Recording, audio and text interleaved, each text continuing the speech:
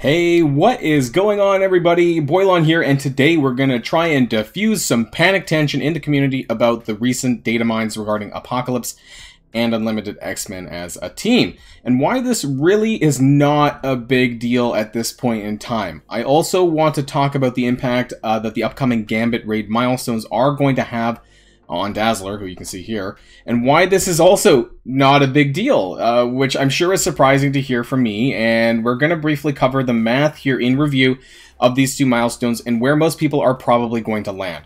I also want to end with what my plans are upcoming, since the patch is hopefully going to be released tomorrow, and what we should be thinking about or doing instead of all of this. Now, I'm not suggesting people just don't do the Gambit raid, but if you watched my previous video, you know it's going to be a real pain in the ass. So let's talk about all of this. If you're ready to go, let's go boil this down.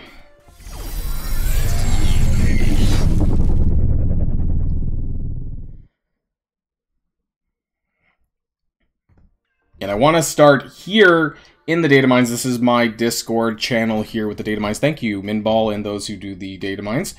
So yesterday, around store reset time, we had this little bit of information here. You know, prepare your roster, Unlimited X-Men and Apocalypse. Strike has solved another piece of the puzzle to prepare you for the eventual confrontation with Apocalypse. To face Ansabanur himself, you'll need a full team of Darkhold and Unlimited X-Men, in addition to the future Horseman teams. More details on how to muster your strength are currently being deciphered. Okay, so what this says is that, yes, you will need the Darkhold teams and Unlimited X-Men and Horseman number 3 and Horseman number 4 and their teams, right? I mean, like, I think some of us were unsure whether or not it would just be the Horsemen themselves or the teams around them. So, yes, you will have to build them, but you don't need to do it now. And I think a lot of people are panicking that this is like a must-do now. Keep in mind, we have three more Horsemen, because Famine's not even out yet, and we have 2 more after that. And realistically, you know, looking at my calendar, I just don't... They're about 2.5 months apart. If we get Famine at the end of June, early July, that means the next one's going to be like early mid-September, and then the next one like at the end of November, and then Apocalypse realistically probably isn't even going to come until the end of the year or early first quarter of 2023. So don't bother with Unlimited X-Men now unless you're a whale or a kraken who really wants to build this team for Cosmic Crucible. Otherwise, there's a lot better things that you could be doing with your time than having to worry about them. That's what I want to say off the bat. And second of all, I think this Pestilence Orb is really hilarious. I didn't do the math on, like, I believe it's like $1 a shard or $2 a shard. I don't know, Canadian maybe. You know, it's not a very good deal. You know, maybe for people who are like literally 5 shards from a next rank or an unlock, I don't think it's worth your time. And it's really disingenuous here, you know, with the chance to grant 100 shards. I've seen the in-game orb, and it's like less than a 1% chance that you're going to do that. It's like hitting the jackpot. So yeah, you might do it, but they're really preying on people's like vulnerability here on gambling in order to actually get that. And that's what I wanted to say there. You know, because that's the first thing. Is that don't worry about this, because you don't need to build them now. You may have to build them, but you can wait until like closer to the time when you can build them then, when it's a little bit more relevant. Otherwise, I don't really think they're actually a relevant team at this stage, even with Cosmic Crucible out. I don't think it's worth your resources for a bunch of other things that you need to do right now and coming up, and why that's probably more important. So we're going to talk about that. But first, I want to kind of move over to the milestone stuff really quickly. And I want to talk about the Rolling Rebel, sort of everything that's going on right now with the month of June. So as we know, the Ace of Raids milestone is going to be coming out with the Gambit raids like tomorrow, hopefully at store reset time, and they're worth a lot of disco balls, actually a ton. And let me zoom in a little bit further here. So there's a total of 16,500 points up for grabs in the Gambit Ace of Raids event. 10,000 of it, which is coming from the Glimmer Bracelet, which I'm sure a lot of you know. If you watched my video, you know that it's a load of shit in terms of what you need to do to get there. Now, I'm not going to bring that chart up because that's... You can find it on that video. You can find it on my Discord. You know, I went at length to talk about that. But what's really important here is about the total amount of points that are available in the month of June. And I've added this all up, actually. And where are we at? If you somehow are a super hardcore player and you are able to get literally everything that is available up to now, then your subtotal for points for disco balls is 47,200, which is pretty good. I'm pretty sure that's all except for the final milestone. But realistically, if you watched my Glimmer Bracelet Ace of Raids video, then you'll know that's a very difficult feat to accomplish. And so what I'm going to do here now is I'm going to take the subtotal and I'm going to subtract about 12,000 points. That accounts for the Glimmer Bracelet. It also counts for week 1 and the top end of the disco balls that are attributed to those top milestones where the Glimmer Bracelet would be. Because on week 1, unless you're 100%ing the raids, in which case you don't really need my advice probably, that you're not going to get these disco balls either, because you're only claiming 6 raid rewards on the first week, because of the way that the 24 hours raid payouts are lined up. That 7th day will probably pay out on the 2nd week, so that's going to be a bit strange there. Not really heard back about that yet. I did actually raise that with Mobile Gamer, and then he posted it in the Envoy Discord for what it's worth, and I don't, at this stage, since as of recording this, we haven't heard back about that. But so let's take this and subtract 12,000 points, and that puts us at about 35,200. Now, what other things might be coming in week 3 and week 4? We're going to have some more one-core offers this week, probably. I don't know how many, but we only had 2 in week 2, and we had 2 in week 1. So, you know, if that's anything to go by, we might get an additional 700 or 800 disco balls per week, maybe. So we can kind of look at this number here, and because these are pretty easy to get. You know, for what it's worth, in my opinion, it's easy to get, like the Coordinated Assault, the ISO 8 Energy, the Power Armor, Supernat, Quick Rumbles, and stuff. You know, it's pretty easy to get to. So 35,200. Let's go into the game. Let's check the milestone, and where does that get us? How far does that get us in the milestones? And you can see where we are here. Now, you need milestone 35 in order to unlock Dazzler, which I guess will be coming pretty soon. So what did I say, 35,000?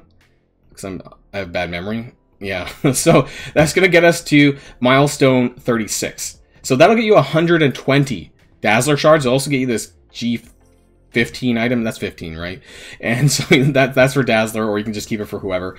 And that's going to make you a little bit shy of about 2,000 points from milestone 37, which is, you know, some additional teal gear and 30 more Dazzler shards, which would get you to about 150 Dazzler shards. Now, what you're obviously not going to get if you miss the Glimmer Bracelet, you're not going to get milestone 38, 39, and 40. And I thought, and I said this, you know, in probably quite a handful of videos, that I think that May was a mistake. I think the A-Force of Nature, all of the points that were awarded to us in May, was a mistake by Scopely's Math Division that just didn't really, you know, I thought these were whale milestones from the get-go, and so I'm not really surprised if that's the case. What I am a little bit surprised about is the difficulty of the Glimmer Bracelet and where it is on the Ace of Raids milestone. That's going to make it very challenging for, you know, over 90% of the player base to accomplish. I don't even know if I'll get it, and so I'm not really thinking that I will. And that's because they're designed to sell you offers, right? They want to make money, and how are they going to do that? They're going to sell you points, both for the Rollin' Rebel, which they're already doing with Disco Balls, but they're going to sell you offers for the Ace of Raids to maybe push you up a little bit further to get you to that, maybe they'll sell it to you. They'll probably sell it to you in cards and some sort of offers, right? To get you to that Glimmer Bracelet milestone, so that you can get to that. And you'll have to make that decision when it comes, whether or not you want to spend, depending on how much money that they're asking to do that. But, you know, I don't spend money. I'm not going to do it for the Glimmer Bracelet because I just don't care about these milestones. And yeah, it would be great to have them.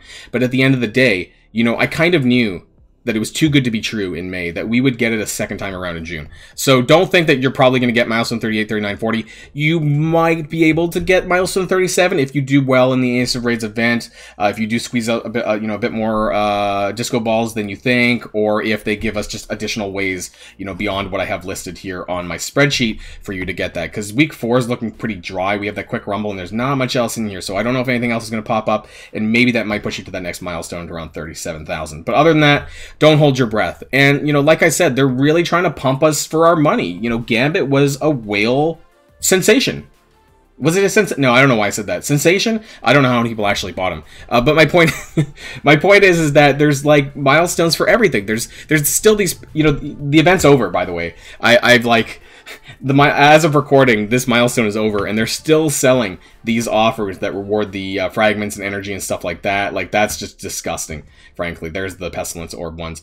You know, Disco Ball offers for the main milestone. So they're just kind of milk you for what you're worth, you know, and that's really up to you. You know, I wouldn't give them money over this, but, you know, I know there's a lot of people out there that will. And, you know, I guess that's the unfortunate thing, that they're going to squeeze out as much money from their customer base, player base, as they possibly can. So knowing all of that, what should you do instead with your time, with your resources? You know, I got like 30 million gold, which is pretty nice. Like my cores, I couldn't even spend it on Gambit if I wanted to. Even though we don't have Rogue and Sunfire out, I think I may standalone build Rogue for Dark Dimension 5 because I've kind of just been waiting for that. But other than that, I don't really plan on building the wider team. So what do I personally recommend?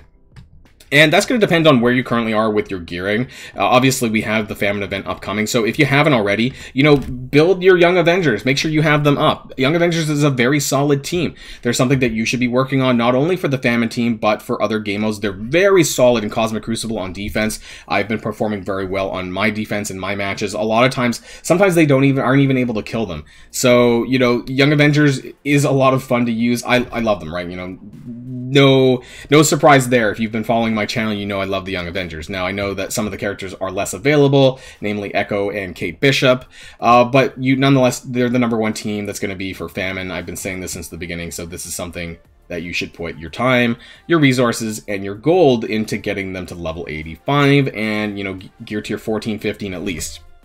So what am I doing after that? And since I pretty much have them maxed out, I don't think there's anything else I'm really missing. I'm not 16ing any of these at this point in time. So I've moved on to something different. And, well, you can see it at the top here, but I will do it I'll filter. Is the Hero Asgardian team. And so this is going to be the topic of my next video coming out tomorrow morning. And I want to talk about, just in the same way that I did with the Unlimited X-Men as a team, and I want to talk about the Hero Asgardians particularly, and maybe even include Hela in there, you know, until the full team is out, in terms of, like, what you might be able to get out of this. And first off, I want to say that there's a 90% chance that this team is going to be a Scourge team. And the very real easy way to find that out is by going through my character spreadsheet. You know, I have a character spreadsheet in case you guys haven't seen this one here, and I'll zoom in here. So look at all of the characters from like December onwards and like where they've been used. So here on the left-hand side, with the exception of Magic and T'Challa, which would be for Uncanny X-Men and Ravagers. Who knows? Maybe they're going to be like a side Scourge team. I don't know. But we've had Web Warriors here, Scourge team. Young Avengers, Scourge team. Dark Hunters, Scourge team. Darkhold, well, they have a Horseman. So they'll be using the Apocalypse event, right? And then A-Force, Scourge team. Unlimited X-Men, Scourge team. Horseman team. And then we have Hero Asgardians that are coming out with Mighty Thor, Jane Foster, and Valkyrie. So they're a war team. Tick. You know, just like Young Avengers. 3 old characters, 2 new characters.